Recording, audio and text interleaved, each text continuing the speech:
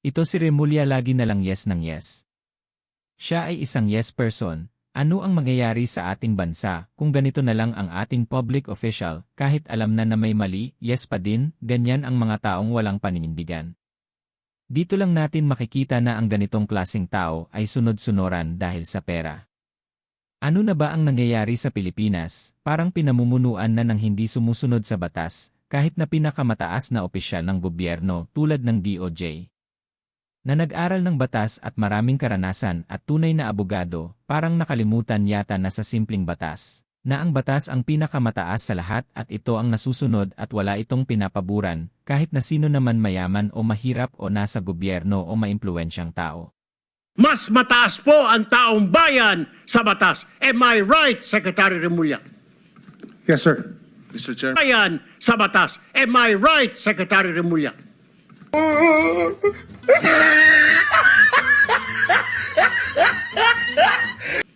Yes, sir.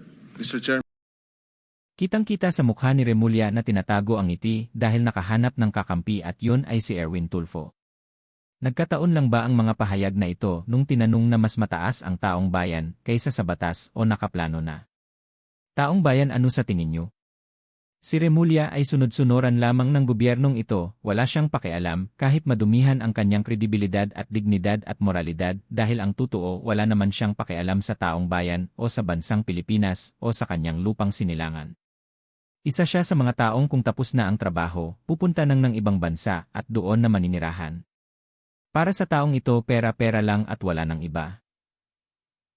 Plano ng administrasyon ngayon na gawin si Remulla bilang isang ombudsman para sa isang maitim na hangarin at ang kasuhan ng kriminal na kaso ang Vice Presidente. Hindi ito katulad ng kaso ng impeachment na tatanggalin ka lang sa pwesto. Isa itong kriminal na kaso at gagawin ni Remulla ito kahit lahat ng kaso ay kasinungalingan para dumihan lang ang pangalan ng Vice Presidente tulad ng tinatawag na black propaganda. Gagawa sila ng sandamakmak-sandamukal at maraming walang katotohanang kriminal na kaso sa Vice Presidente. Kriminal na kaso. Ito ay kanilang isasagawa dahil hindi sila nagtagumpay sa unang plano na impeach ang Vice Presidente. Kaya ito na naman ang kanilang mga hakbang dahil alam naman natin na napakalayo pa ng 2028 eleksyon, kahit marami ang nagsasabi na malapit na ito, pero hindi rin natin maitatanggi na napakarami pa ang mangyayari at ito ang mga hinahawakang pag-asa ng administrasyon at makakaliwang grupo na nagtutulungan ngayon maalis lang sa landas nila ang balakid sa daanan at iyon ang Vice Presidente hanggat marami pang oras. Ang hakbang na gagawa ng kasinungalingan laban sa malaking kalaban ay isa sa katuparan hindi lang sa ngayon kundi pati na rin sa darating na panahon ng presidential election kung saan ay may kinatatakutan silang makakalaban sa politika. Bakit nangyayari ito? Si Vice Presidente Sara Duterte ay ang pinakamalaking banta sa kasalukuyang administrasyon. Ang administrasyon ay ang mga pasimuno ng mga plano at ginagawang kalukuhan at mga korupsyon at katiwalian ngayon.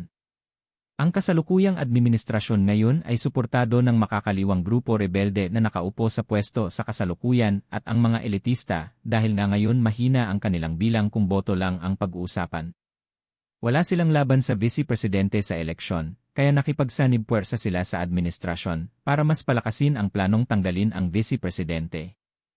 Si Vice Presidente din ang pinakamahirap at malaking kalaban nila sa politika ngayong darating na eleksyon sa darating na taong 2028. Sa madaling salita, ang plano ng administrasyong BBM ay para wala nang mag-imbestiga sa kasalukuyan at pagkatapos din ng termino nito, lalo na pag ang Vice Presidente ay naging presidente ng bansa dahil alam naman natin mas malakas ito sa taong bayan. At sa makakaliwa, gusto nilang mawala sa landas nila ang Vice Presidente para wala nang malakas na kalaban sa susunod na eleksyon, para pantay-pantay na ang magiging laban para maging presidente ng bansa ang kanilang pambato sa darating na susunod na eleksyon. Si Remulla ay isang depensa ng pamahalaang administrasyon sa kasalukuyan. Isa siya sa mga tagalinis ng kalaban ni BBM para makaiwas ito sa bistuhan sa kasalukuyang korupsyon at tagaprotekta para hindi makasuhan ang Pangulo at ang nasa administrasyon ngayon at mga kaalyado na nakaupo at hindi nakaupo na kabilang sa nakinabang sa mga perang winaldas ng gobyerno sa ilalim ng pamumuno ni BBM.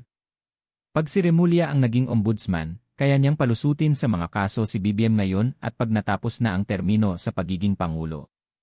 Bakit kailan ni Remulla gawin ito?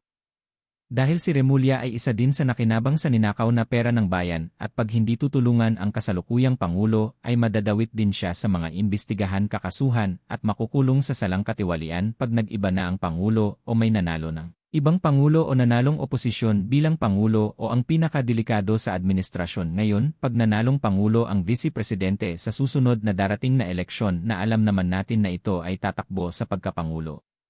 Kaya kailangan ni Remulla gawin ito para proteksyonan din ang kanyang sarili pag nag-iba na ang administrasyon at makasigurado na pulido at malinis ang lahat pagkatapos ng darating na eleksyon at may iba nang nakaupo na Pangulo ng bansang Pilipinas.